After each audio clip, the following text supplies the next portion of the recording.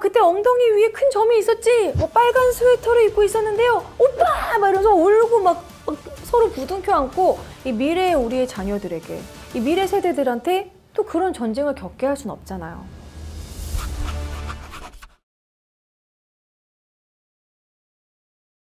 안녕하세요. 한국사 강사 최한나입니다. 이번에는 통일에 관한 이야기를 해보려고 하는데요. 우리의 소원은 통일, 꿈에도 소원은 통일. 이 노래 혹시 아시는 분 있나요? 저희 때는 이런 통일 교육 되게 많이 했었거든요. 나 때는 막 통일 포스터도 막 그리고 통일에 관한 여러 가지 행사, 여러 가지 학교에서 활동을 했던 것 같은데요.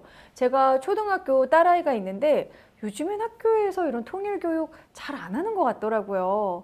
사실 제가 이제 학생들을 이제 만나면서 통일에 관한 이야기를 물을 때가 있는데 그냥 무관심하거나 별로 그냥 통일에 대해서 생각을 안 해봤다. 약간 좀 귀찮게 생각하기도 하는 것 같아요. 통일, 아직도 가능한 이야기일까요?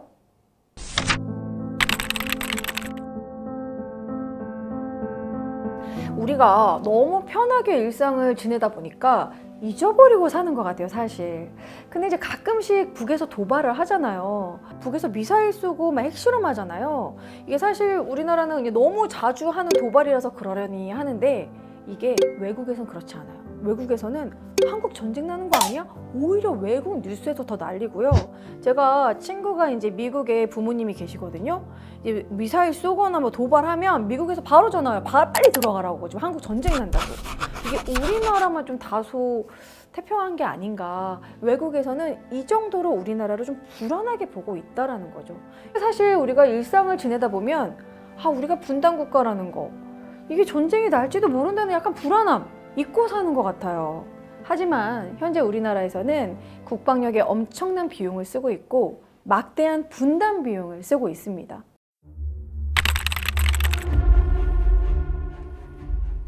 여러분 혹시 분단 비용이라고 들어보셨나요? 사실 분단 비용 중에 가장 많이 차지하는 건 군비 지출이죠. 우리나라는 그냥 군대를 가고 무기를 만들고 이러한 국방비가 제일 많이 들고요. 그리고 안보 유지 비용도 있고 교역 단절로 인한 이런 경제적 손실, 전반적인 사회적 비용 모두 포함하면 엄청난 분단 비용을 매년 지출하고 있는 것이죠. 왜 이런 이야기를 하냐면 이런 통일에 관한 인터뷰를 할 때 통일에 대해서 어떻게 생각하십니까? 이렇게 물어보면요. 보통 이런 얘기를 해요. 통일하면 우리가 북한 먹여 살려야 되잖아요. 우리 때는 안 했으면 좋겠어요. 언젠간 해야 되지만 나 때는 싫다. 귀찮다. 나한테 피해 오는 건 싫다. 이렇게 얘기를 합니다. 그러니까 통일 비용이 어마어마하게 들 것이다 라는 부분인데요. 사실 통일 비용은 단기적인 손실입니다. 매년 분단 비용을 생각을 하면 오히려 장기적인 손해라는 거죠. 이런 부분에서 오는 경제적 손실도 어마어마합니다. 그리고 무엇보다 북한과 남한은 문화가 단절되다 보니까 점점 언어도 달라지고 역사도 생각도 점점 멀어지고 있습니다. 여러분들 혹시 이걸 북한에선 뭐라고 할까요? 우리나라에선 볼펜이라고 하잖아요. 제가 사실 사태민 분들하고 만나가지고 여러 가지 콘텐츠도 찍고 촬영을 한 적이 있는데요. 저한테 원주필을 달라고 하시는 거예요. 그래서 원주민이요? 원주필? 원주필이 뭐예요? 이랬더니 볼펜이 볼이 원주, 만년필의 필. 그래서 원주필이라고 하는 거예요, 볼펜을. 그러니까 북한에서는 외래어 자체가 거의 없어요. 오히려 이제 러시아어로 이 트럭을 트락토르, 오히려 러시아어는 있는데 이 영어를 거의 쓰지 않습니다. 자, 그러다 보니까 세터민 분들이 우리나라에 들어오면은 이제 한국 문화 교육을 몇 개월 동안 받는데요. 근데 거의 다가 외래어. 그러니까 우리나라가 평상시에 그만큼 외래어를 많이 쓴다는 거죠. 그러니까 점점 이렇게 언어가 단절되고 서로 생각도 달라지고 너무 달라진다라는 겁니다. 언어도 다르고 생각도 다르고 이질감이 점점 더 심해지면 통일이 힘들어지는 거죠. 제가 또 세터민 분들한테 탈북 스토리를 많이 들었는데요. 정말 고생하면서 압록강을 건너고 그리고 또 엄청난 탈북 비용을 마련하기 위해서 진짜 고생을 하고 중국을 통해서도 들어오고 동남아시아 쪽을 통해서도 들어오고 진짜 그 역경을 딛고 들어오시더라고요. 한국에 와서 되게 많이 또 고생을 해요. 2023년 기준 세터민의 수가 약 4,000명에 이른다고 합니다. 최근 들은 좀 안타까운 소식은 아무래도 연고자가 없다 보니까 이 시신을 양도하지 못하는 거예요. 그래서 홀로 외롭게 장례도 치르지 못한 이 안치실에서 계속 보관 중인 그런 사망자가 엄청 늘어나고 있다고 합니다.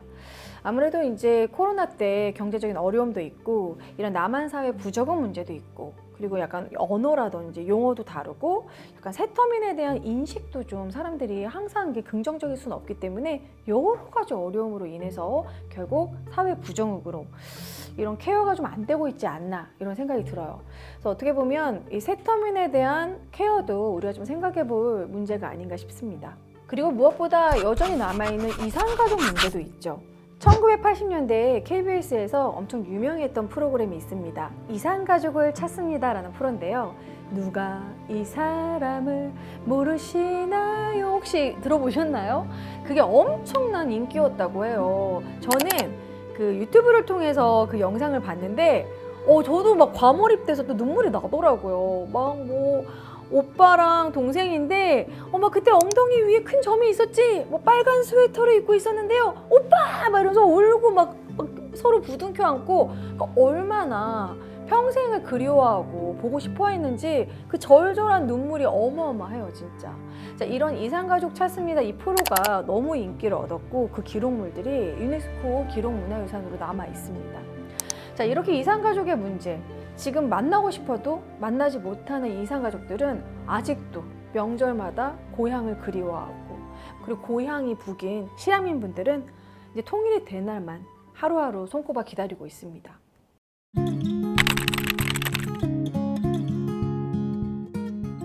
우리가 통일에 대해서 이야기를 해보려면 사실 제일 좋은 예시가 독일이겠죠.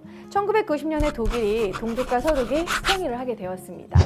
이때 독일이 초반에는 당연히 이제 서독이 동독에 경제적인 지원을 하느라고 힘들었어요. 근데 그 경제적인 비용을 지원하고 원래대로 원상복귀하는데 약 10년 정도가 걸렸습니다. 근데 지금의 독일은 어떤가요? 강대국의 위상을 다시 세웠죠. 근데 우리나라를 생각해 보면요, 우리는 독일보다 더 엄청난 경제적 시너지를 또 일으킬 수 있어요. 왜냐면 우리는 지리적으로 독일보다 훨씬 더 유리합니다. 우리나라는 이게 반도국이잖아요. 그러면 아래로는 남쪽으로는 바다로도 갈 수 있고 북쪽으로는 육로로도 갈 수 있는 거예요. 그러니까 위아래로 교통적으로 너무 좋은 거죠. 이렇게 반도국이면 이 해상무역으로 너무 좋기 때문에 그런 무역, 그 중개 무역으로 인한 이득이 어마어마합니다. 근데 우리나라는 그걸 지금 이득을 못 보고 있는 거죠. 무엇보다 기대되는 건 유라시아 횡단철도예요. 저는 제가 죽기 전에 이 유라시아 횡단철도가 진짜 개통되면 그거 타보는 게 사실 소원이거든요. 이 유라시아 횡단철도는요, 이제 일본부터 시작해서 부산, 그리고 이제 북으로는 나진, 러시아를 거쳐서 시베리아를 거친 다음에 독일의 베를린, 그리고 프랑스 파리부터 영국의 런던까지 유럽을 그냥 육로로 갈 수 있는 거예요. 근데 이게 철도로 유럽을 가면 좋은 점이, 지금도 유럽을 가면 이 비행 시간이 거의 15시간 걸리거든요. 이코노미석 타고 얼마나 힘들어요, 여러분. 근데 이 횡단철도는 침대 칸이 있어서 누워서 자면서 되게 운치 있게 막 시베리아 벌판을 바라보면서 그렇게 갈 수 있는 거죠. 그런데 이게 우리만 가겠습니까? 지금 한류 열풍이잖아요. 유럽에서도 우리나라 엄청 들어오겠죠. 이 유라시아 횡단철도가 진짜 개통이 된다면 관광으로는 진짜 대박이다. 이게 사실 관광이라는 것이 굴뚝 없는 공장이라고 불리잖아요. 아주 고부가가치 산업입니다. 여러분들도 관광 가면 평소보다 돈 더 많이 쓰고, 내가 이 나라를 위해서 돈을 벌었다 하면서 막 좀 많이 쓰게 되잖아요. 이 관광을 지금보다 훨씬 더 엄청나게 유치할 수 있다는 거, 그것이 또 장점이라고 할 수 있겠죠. 동아시아의 대표적인 국가 한중일은 서로 무역을 하면서 엮일 수밖에 없는 나라예요. 그런데 이 한중일 중에서 우리가 중간다리를 할 수 있는 나라가 딱 우리나라가 위치적으로 지리적으로 유리하죠. 그래서 이 동아시아의 이 균형자면서 교두보 역할을 할 수가 있어요. 사실 이러한 구상은요, 안중근 의사의 동양평화론에도 비슷하게 나와 있습니다. 안중근 의사는 류승 감옥에서 사형 선고를 받고 사형 전날까지 이 동양평화론을 저술을 했거든요. 내가 이토 히로부미를 죽일 수밖에 없었던 이유, 동양의 평화를 위해서다. 그러면서 이 한중일 삼국이 이 동양의 평화를 위해서 할 수 있는 아이디어를 낸 건데요. 저는 그 책을 읽고 진짜 너무 소름 끼쳤어요. 그 내용을 보면 이 한중일이 일심 협력하여 협력기구를 만들고 공동 군대를 만들고 공동 은행을 만들어서 공용 화폐를 사용하는 거. 여러분 뭐랑 비슷해요? 완전 소름.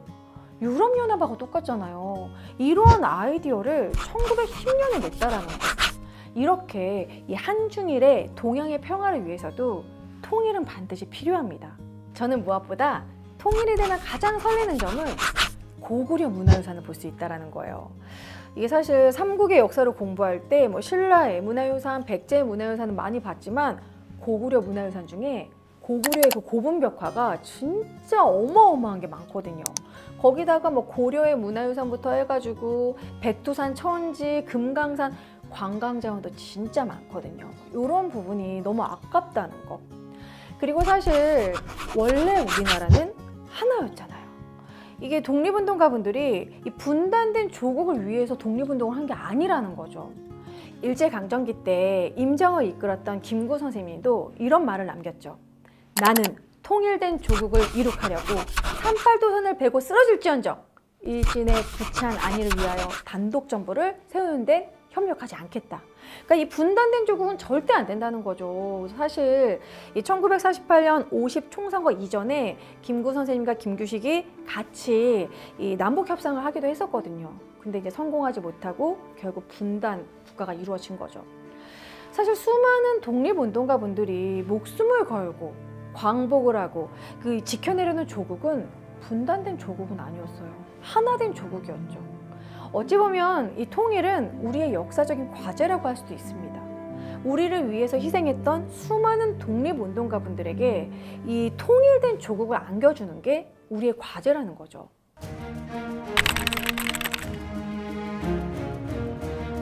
통일을 위한 조건을 한번 따져보도록 하겠습니다.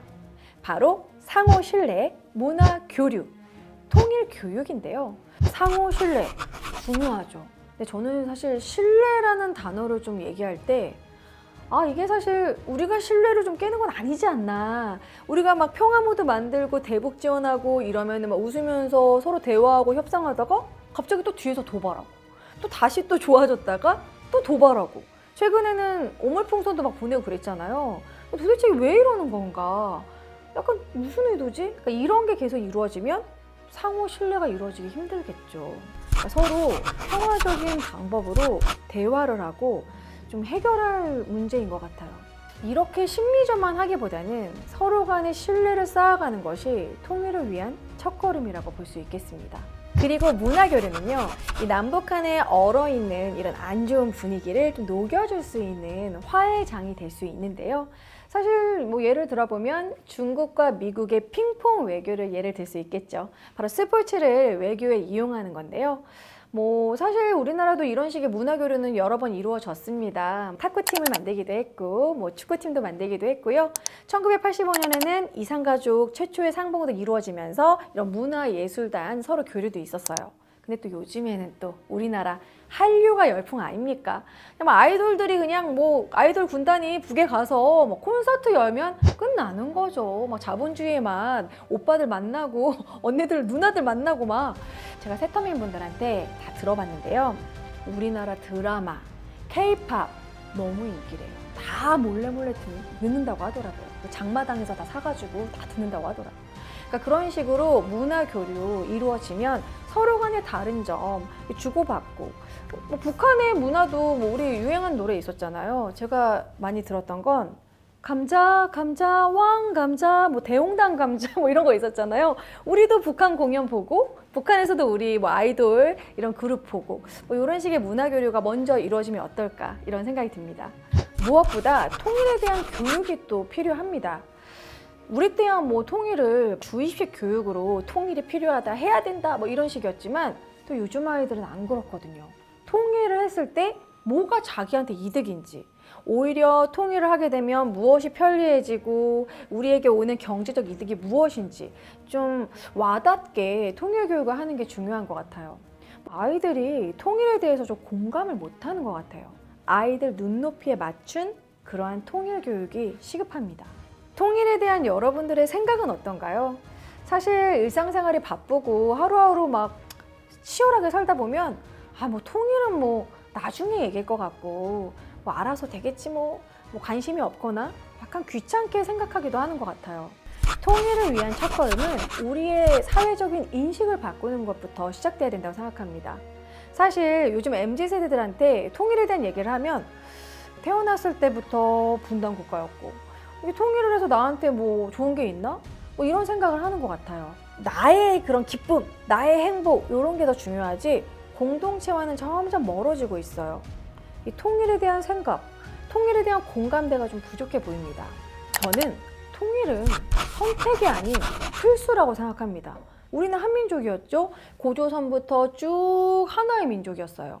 뭐 고구려 백제 신라 때도 사만일통이라고 해서 이게 나라가 나눠져 있을 뿐이지 그래도 한민족이라는 그런 생각이 있었거든요. 하지만 지금은 어떻습니까? 한민족이라는 생각을 점점점 안 하게 되는 것 같아요. 그리고 제일 억울한 거는 우리가 분단한 게 아니잖아요. 강대국의 이해관계 때문에, 이념 때문에 우리가 이렇게 분단된 거 너무 억울하지 않나요?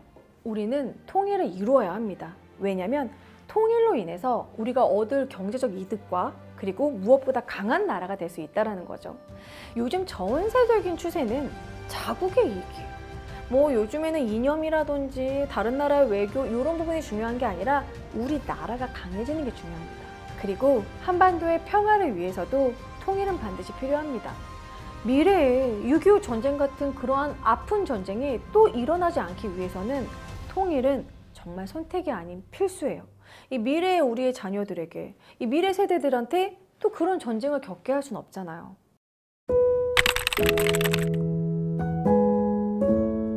남북한이 하나 둘씩 서로의 이해관계를 맞추고 대화를 하고 조금씩 통일을 위해서 나아갈 때 그제서야 평화적인 통일이 이루어질 수 있겠죠. 이렇게 통일에 대한 이야기를 나눠봤는데 어떠셨나요? 사실 통일에 대해서 딱 생각을 했을 때 이성적으로는 언젠가는 뭐 이루어져야 된다, 뭐 꼭 해야 된다라고 생각했지만 좀 귀찮고 별로 공감이 안 되고 뭐 먼 이후의 이야기다 이렇게 생각하진 않으셨나요? 저는 이 영상을 보고 여러분들이 좀 통일에 대한 생각을 한번 해보고 나는 어떤 생각을 갖고 있는지 좀 마음속으로 생각을 정리해보는 계기가 됐으면 좋겠어요. 작은 이해와 존중에서 평화는 시작됩니다.